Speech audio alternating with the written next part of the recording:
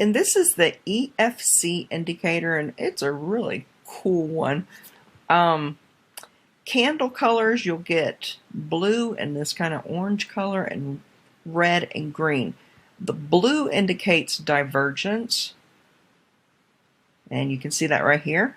The green will produce an arrow and indicates a buy trade. And red, sometimes there will be an arrow, sometimes there won't. The market's closed right now, but I can see it's printed green arrows here.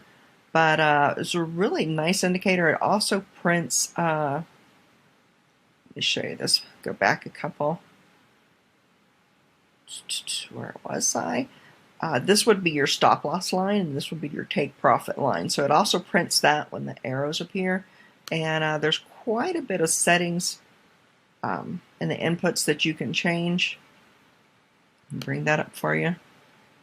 The range of scanning bars, it's set to 50, so it goes back 50 bars to see what kind of trend you're in. And it's a RSI based indicator, so there's RSI parameters here. You can change those if you want to. This is default 80-20 and a period of 8.